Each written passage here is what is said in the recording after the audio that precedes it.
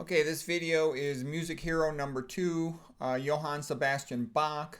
And these are Bach's best songs. I put the songs first because I think that's what people will be most interested in. There'll be a little bit more about his life and related things on the subsequent slides. So these are some of his best compositions ever. A lot of people consider him the greatest composer who ever lived of classical music, sort of like what Michelangelo is to art, Bach is to classical music. Here on a G string, and I got the BWV, music numbers in here, so you can look these up very quick if you want to watch these videos on YouTube. So that's a wonderful song. Jesus Man Enjoys Desiring, another wonderful song. This one's like the music of heaven right here. It's a violin for oboe, or violin concerto. Violin concerto in G minor. The BWV number is 1056. The Largo, very slow part of it, and there's a version played by Barenboim, Perlman, and Zuckerman. It's just fantastic. Like I said, it's like the music of heaven.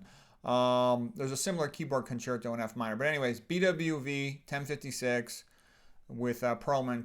I think you'll find it. It's just wonderful. St. Matthew's Passion, the final chorus, BWV 244.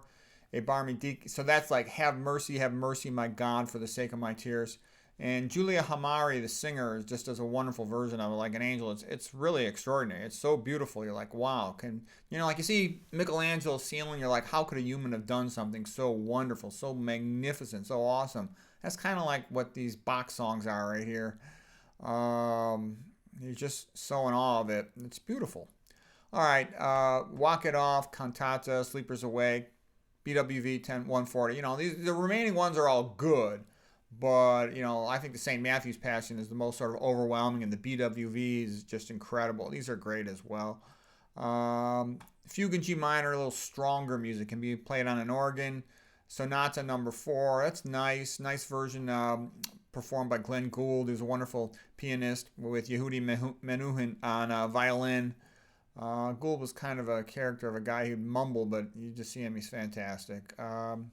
Toccata and Fugue in D minor by Bach. There's another very strong organ church music. It sort of reminds me of Emerson, Lake and Palmer's Fanfare for the Common Man. Goldberg Variations, very nice. BWV 988. Again, I like the Glenn Gould version. There's other great versions as well. Well-Tempered Clavier, that's good. This is the part of it I think you'll find most enjoyable, most likely. Mighty Fortress, it's okay. Not quite as good as the other stuff, but it's still kind of good. Okay.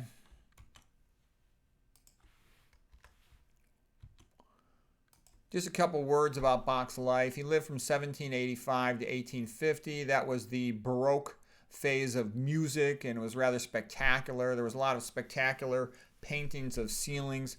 The one that reminds me, the magnificence of Bach would be the Andrea Pozzo ceiling at the Church of St. Ignatius. It was magnificent.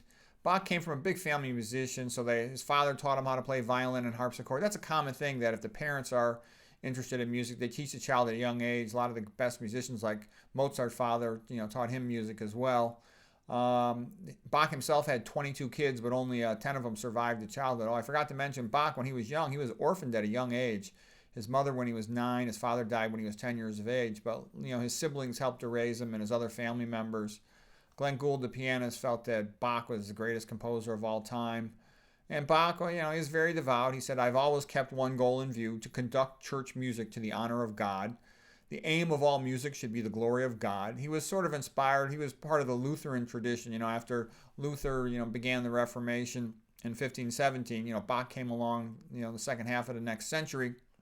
And there was a very strong appreciation for music, and also this sense of order and preciseness with Bach and his music. It's sort of incredible how his music is so tight and perfect, but at the same time it's exuberant. It's unique. There's a good reason why he's considered perhaps the best classical music composer that ever lived. I was made to work. So the guy was a total workaholic, and he wasn't that famous during his life. He was actually considered sort of a second-level composer during his life, but then he was rediscovered later, and people were like, wow, is this guy? He's the best. I've always kept one goal in view. Okay, we covered that. The aim of all music should be the glory of God. And then that's one of the things I mention is it takes something to make somebody such a maniac, so energetic. You have to be a total workaholic to do things as incredible as Bach. You talk to a modern composer and ask him, what does it take to make a fugue? A fugue's like, it reminds me of a Moritz Escher painting, variations on a theme. It takes a incredibly hardworking, really smart person to write a fugue.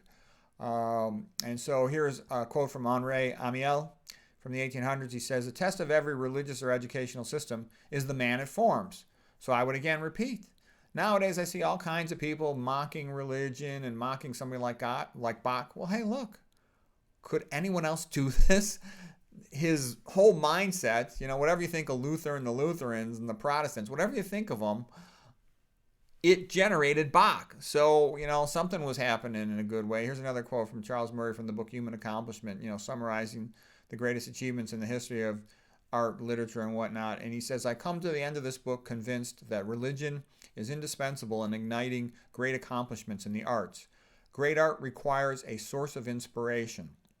When humans are performing at the height of human capacity, it seems wise to think that they are doing something right. Johann Sebastian Bach does not need to explain himself. He made a prima facie case that his way of looking at the universe needs to be taken seriously. It behooves us to do so. Yeah, and I saw that. I mean, when you see somebody who's great at something, don't mock them, study them, try to learn from them. And I just put this painting in here because Bach was like what Michelangelo was to painting.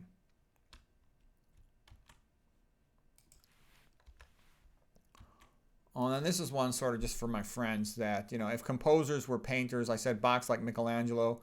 And I also said, Bach's usually like the Moritz Escher paintings with all the things coming into each other, the shapes, black and white shapes.